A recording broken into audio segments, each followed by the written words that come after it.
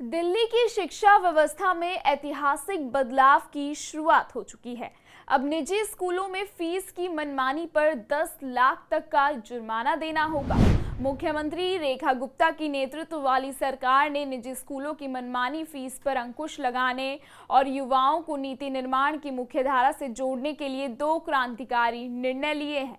Delhi school fees control ordinance 2025 और विकसित दिल्ली मुख्यमंत्री इंटर्नशिप योजना न सिर्फ पारदर्शिता और जवाबदेही को बढ़ावा देंगे, बल्कि शिक्षा को अधिक सुलभ और प्रशासन को अधिक युवा केंद्रित बनाने की दिशा में एक मजबूत कदम साबित होंगे।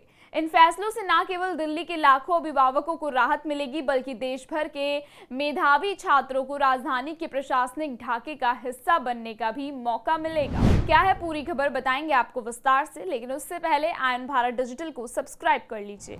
दिल्ली सचिवालय में मंगलवार को हुई 8वीं कैबिनेट बैठक में मुख्यमंत्री रेखा गुप्ता की अध्यक्षता में दिल्ली स्कूल फीस निर्धारण पारदर्शिता नियमन अध्यादेश 2025 को मंजूरी दी गई। यह अध्यादेश दिल्ली के सभी 1677 निजी स्कूलों पर लागू होगा और 1 अप्रैल 2025 से लागू किया जाएगा। सरकार ने यह स्पष्ट किया है कि इस ऑर्डिनेंस का लाभ करंट एकेडमिक सेशन के छात्रों के अभिभावकों को भी मिलेगा।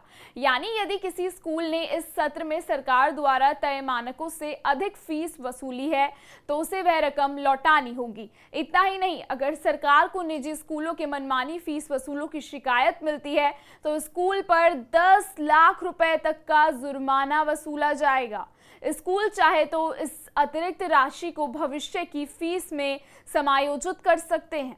मनमानी फीस पर नियंत्रण अध्यादेश के तहत कोई भी स्कूल अब मनमर्जी से फीस नहीं बढ़ा सकेगा। इसके लिए हर स्कूल में फीस रेगुलेशन समिति बनेगी, जिसमें अभिभावकों की सीधी भागीदारी होगी।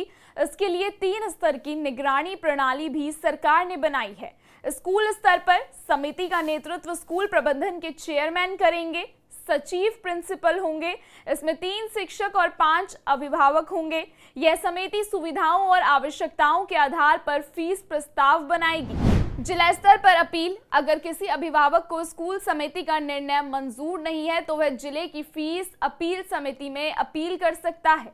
यह समिति 30 से 45 दिनों के भीतर फैसला सुनाएगी। राज्य स्तर पे पुनर्वलोकन, यदि जिला स्तर का निर्णय भी संतोषजनक न हो तो राज्य स्तर पर उच्च समिति की अपील की जा सकती है।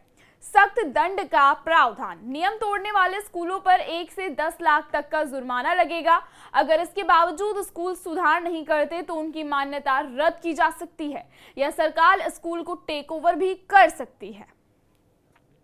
अधिकारियों की जिम्मेदारी, शिक्षा मंत्री आशीष सूद ने बताया कि कैबिनेट की मंजूरी के बाद मसौदा उपराज्यपाल को भेजा जाएगा, जिसके बाद यह राष्ट्रपति की स्वीकृति से कानून बनेगा। कैबिनेट बैठक में एक और अहम फैसला लिया गया। विकसित दिल्ली मुख्यमंत्री इंटर्नशिप योजना को स्वीकृति दी गई। इसके तहत देश भर के 150 होनहार स्नातक और परास्नातक छात्रों को दिल्ली सरकार के विभिन्न विभागों में 89 डेज के लिए इंटर्नशिप का अवसर मिलेगा।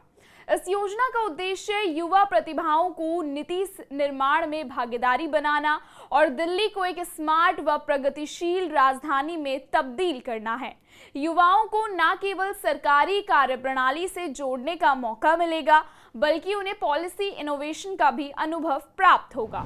दिल्ली सरकार के ये दोनों फैसले साफ संकेत देते हैं कि अब जनता की समस्याओं को प्राथमिकता दी जा रही है। एक और अभिभावकों को फीस के बोझ से राहत मिलेगी तो दूसरी ओर युवाओं को सरकारी तंत्र से जुड़ने का सुनहरा अवसर मिलेगा।